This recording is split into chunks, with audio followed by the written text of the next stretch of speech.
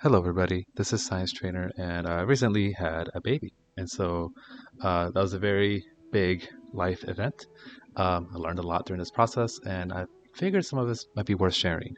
And so this video is about what to ask before having a baby, father edition. I am a father, not a mother. Um, when you have a baby, there's going to be a lot of information that you're gonna have to learn, a lot of choices that you have to make, and those choices can include like diapers. How many diapers? What kind of diapers? How are you going to feed your baby? Formula, breast milk? What health things do you need to watch out for? Do you buy any baby toys? What baby toys? Where will the baby sleep? And then, of course, your baby's going to be born, right? There's going to be some decisions that you need to be may had there. There's a lot that you need to decide on, and there's a lot of information that you need to learn quickly. And so this video will give you a list of topics that you should kind of research and get more information on. It won't be an exhaustive list of all the information that you need, but at least it should start get you thinking about what should I be researching more, what should I be learning so that you're ready for your baby. And so that's what this video is about. What should you ask? What should you research? This is going to be a list of kind of topics that you need to investigate more. I will have some answers at the end. In the places where like it's easy. In other places, which I'm just going to say, here's some pros, and figure out what's best for you and your family. First topic: diapers. The immediate decision that you need to make is whether you're going to get disposable diapers or cloth diapers. And so here, the good thing about newborns is that they get one diaper a day at first, but then it becomes 2 diapers a day and 3 diapers a day, and this quickly escalates into a lot of diapers. And so, our baby now is like at 15 diapers a day. It's a lot. You can get disposable diapers or cloth diapers, and there's some pros and cons to each. The cloth you can wash, but washing the poopy diaper is not always fun. The disposable diapers are a little bit easier to manage, but they can be more pricey and more environmentally taxing. The other thing to think about is what size of diapers will you need. So there's different sizes, and you may not want to get 1,000 of the newborns. And so this is something that you want to research more. Also, logistically, where are you going to change the baby's diapers? In what room? What's the setup going to be? And how are you going to make sure the baby doesn't roll off somewhere? And will it be easy for you to do it? Because again, if you're changing 15 diapers a day, you're going to come into this place often, you want to make sure that the setup makes sense. And then diaper rash.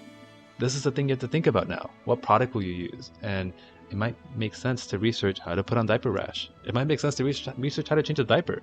There's a bunch of videos out there. It's not that complicated, but definitely watch a couple videos on how to change a diaper, and I think you'll get it. Food.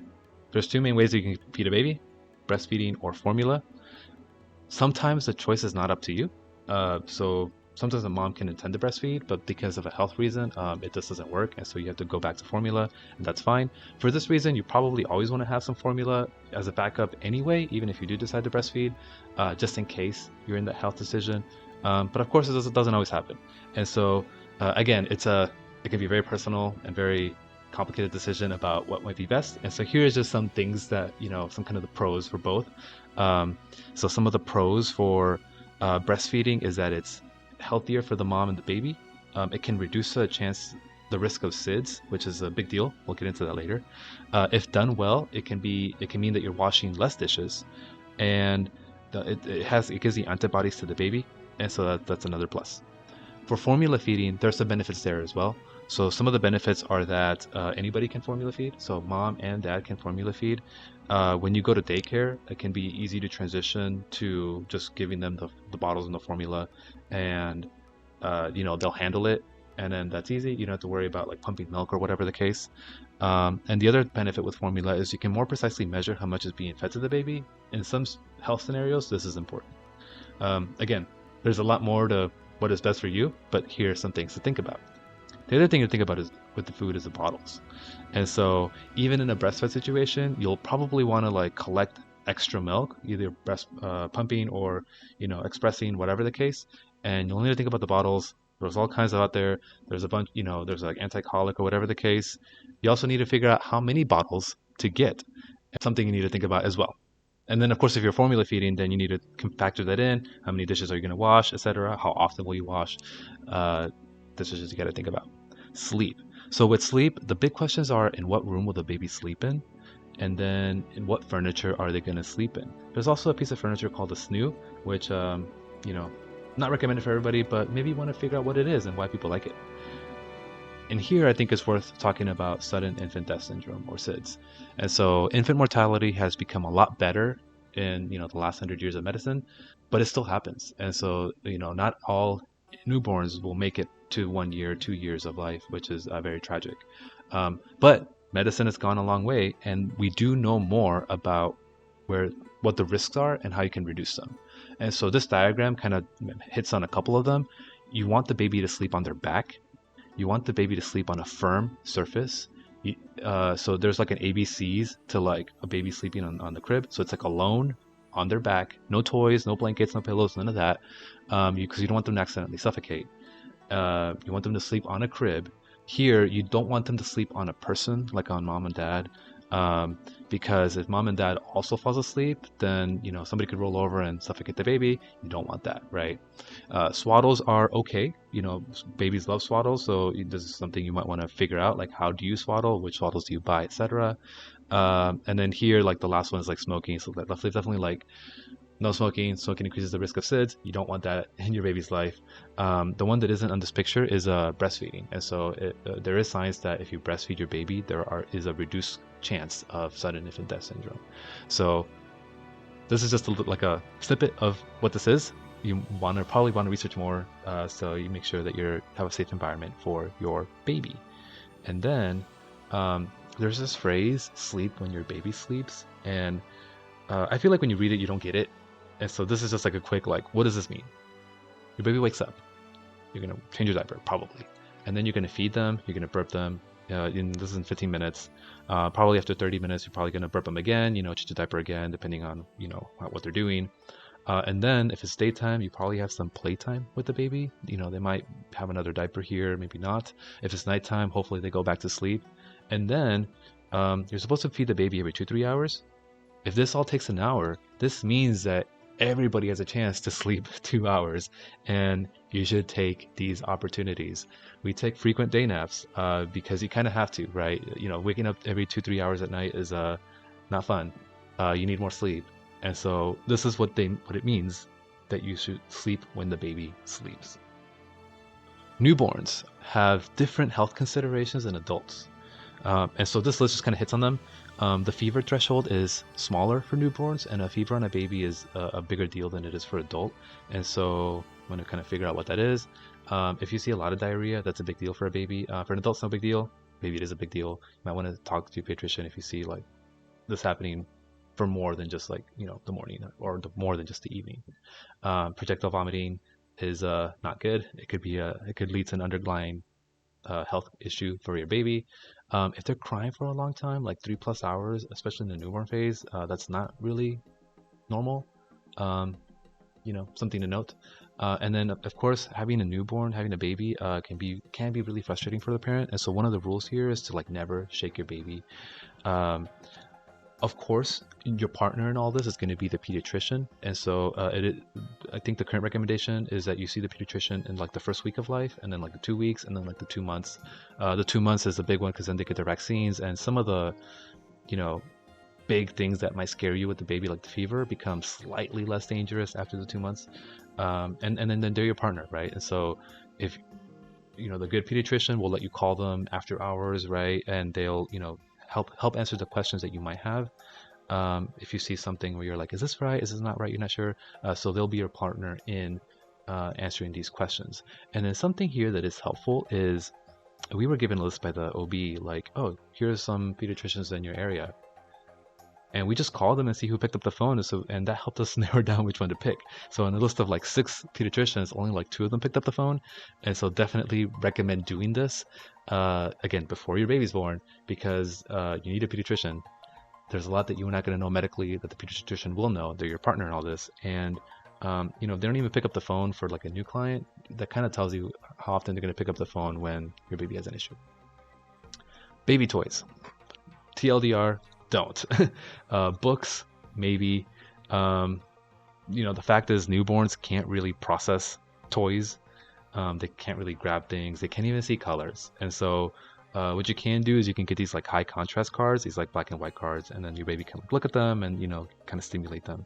The other good thing for babies is tummy time, and so you'll want some kind of avenue so that the baby can have tummy time, like a gym or like a blanket or whatever. Really in this category is like the baby swings. Baby swings can be good. We have a swing and our baby falls asleep on the swing sometimes, and every time they fall asleep, it's great. But some of them have been recalled, and so just do your research because not every single swing is safe 100% of the time. So just, be smart about that. Birth. And the obvious questions you're going to have is, should you have a C-section or should you have like a normal vaginal delivery? Again, this is something that you'll want to research more. This is going to be dependent on the mom, right? This is going to be dependent on, symptoms of the baby, where if there's a surprise, you're going to be doing something different. This happens, right? Epidural, pain medication. These are things that you're going to want to investigate prior to. In a nutshell, right? This is not like the whole exhaustive list of pros and cons. These are just some things to think about. A benefit of a C-section is that they can be planned. And you can also have a baby with little or no labor to the mom. For vaginal deliveries, there are some pros as well. And so one of them is that they get like the exposure to like the bacteria. This can be good for the baby. You can induce a vaginal delivery as well. And then the recovery can be quicker. Again, not 100% of the time. And the other key point here is just trust your doctor. If you're in a city, these doctors might see births multiple times a day. And if they've been working at the hospital for years, that just tells you how much experience that they have. And so, we trusted our doctor, and I think that was a good decision, right? Again, not every single doctor is going to be the best, but on average, they probably know what they're doing. You should hopefully have a doctor that you can trust. Other things to think about with the birth, there's like the Lamaze classes, like the baby classes, and they have more tips on exercises that mom can do prior to birth. They'll talk about the breathing, and they'll also talk about some diet. So if you're pregnant, there's certain things that mom can and cannot eat. You'll want to know what these are. Your baby can grow optimally. And so here I put the yoga ball because there is an exercise you can do with the yoga ball that helps, with the delivery process.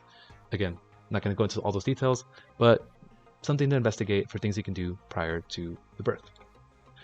Recovery. So giving birth is no joke. You're pushing a multi-pound baby through your body, or you're going to have a huge cut where they pull the baby out. And neither of these is trivial, right? Both of these are a big deal. Both of these are major surgeries. And some moms, after the birth, struggle to get up even to go to the bathroom. So the message here, especially to the fathers, is to help them. Whatever they need, you help them. You get them up out of bed. You help bathe them, help them with the bathroom, help them get the food, whatever they want, water, right? You give them what they want. That especially the first week or two it's incredibly stressful because not only are you taking care of mom who just had a major surgery, but then you have this like very needy baby, and so dads, you got to be there. And then this other point that I want to talk about is, you really need your whole village to help, right? So grandma, aunt, tia, ai, cousins, siblings, anybody that that can help come over, try to get those people lined up because you will need the help. And here I just want to make a note that this isn't people to come over and play with the baby. No, this is people that will wash your dishes, cook your food, fold the laundry, clean your floors, whatever, right? So get those people to come in, get your family to help, get your friends to help, because it's gonna take a lot. It's really tough on mom, and even with dad helping, if he has parental leave, it's really difficult. Get the help. Finally, daycare. My tip here is just do it. Book early. Book while you're pregnant. Even if you're like, oh man, but daycare's so expensive and it's so much money. Even economically, if the cost of daycare is equal to the income of whatever job you might get, it's still worth it. And here's why.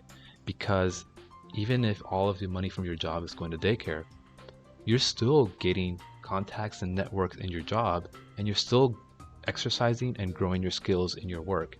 And so whenever the child will transition to school, and people have a traditionally go back to the workforce, they have, they won't be behind because they were working the whole time. The other benefit of daycare is, at least if you pick a proper daycare, is that these professionals have years of experience educating babies, educating infants, educating children, and most new parents don't have that background, right? And so for us, it was a no-brainer. Like the daycare that we explored, You know, they have people that have been doing this for 5, 10, 15 years, and it's like, yeah, we trust them that they know what they're doing, that they know how to raise their child, probably better than us, right? And so find a daycare, um, let the baby have the benefit of meeting other babies, you know, getting used to like this school environment, and so that when they do transition to, you know, pre-K or kindergarten, it's not a transition. They're like, oh yeah, I've been doing this for a long time. Strongly recommend daycare. Figure this out while you're pregnant. Sometimes early on in the pregnancy too. And then I did want to hit some of the answers to some of the decisions that we made. And so we decided on disposable diapers. Strongly recommend you get one box of N, one box of one box of two. And then from there, it's just going to depend because babies grow quick. And one box of N's might be all that you need. So, or maybe not because they'll be born bigger, right? So that's what made sense for us. For the bottles, we got glass bottles. And so this is the brand that we like. You know, you're gonna start with a small number of glass bottles that are like the 4 ounce, and then later when the bigs are bigger, you can get the bigger ones. We don't necessarily do a lot of like the breast milk pumping, but we do this thing with the suction cup. It's easier, there's less things to clean, and it works, and we've collected a lot of milk this way. So this is a product that we've liked. You know, there's things that you need to research with the pacifiers. For our experience, it worked. It was good. It helps. It helps the baby sleep. It soothes the baby. The pacifiers, there's some things you need to research with, like how long they last, and there's different ages for the pacifiers, and so just make sure you figure that out. We do recommend you have a set. Something else to help the baby sleep was a sound machine. There's a whole bunch out there. Just find one you like. This has been good for us. We do like the swaddles. The tip here is if you get a swaddle from like the Halo brand, the 3 to 6 month actually fits newborns as well. So that's what we like. We have like 6 swaddles and we wash like every 2 days. It works. Here, I mentioned the Reddit. So there's like Reddits for like new parents, and you know, particularly for the dads, every week there's posts for like these dads that do really like, you're like, how are these men making these decisions that are just sound terrible? You know, of course, usually these are like the moms making the post, so you know, maybe there's not the whole picture, but I would recommend that you just read the Reddit because you just learn a lot about what not to do. And so I do recommend that these groups, or you know, if there's Facebook, or if you have a group of other dads at work, whatever, just like get in contact with the community because you learn from other people's experiences, and Reddit is one way to do that. And then one of the things that we also liked for the sleeping situation was this like Graco pack and play. This thing had a sleeper, and so definitely we didn't use that, but we liked this because the baby could sleep in it. It was a firm surface. There's like the little changing table there, and then you could pack the diapers in there. And the big benefit is that you could roll it around the house. And so in the nighttime we're in the bedroom, in the daytime we're in the living room area. You can move it back and forth, and it works for us. So this is some of the things that work for us. Final tip, just be involved. And again, this goes back to like some of the stories that you see. Like if you're the father and you feel like you think about your baby less than 1 hour a day, you're probably doing it wrong. And so be involved. You know, if it's like, especially at night, you know, even if the mom is like breastfeeding and you're like, well, I don't need to wake up because I'm not the one breastfeeding, wake up anyway. Change the diaper, you know, help the baby, burp the baby, right? Change their clothes if they spit up, whatever the case. Just be there because it's a lot on one person. And you know, fathers, you need, you know, this is your baby too. You need to be involved. Strongly recommend just be there. You know, all hands on deck. It takes a lot to raise a baby. So thank you for listening to this video. Again, this is not an exhaustive list of everything that you need to know, but hopefully it just starts the process for things that you should research more so that you're ready for that stage in your life. Good luck to you and your partner. Hope you have a great day.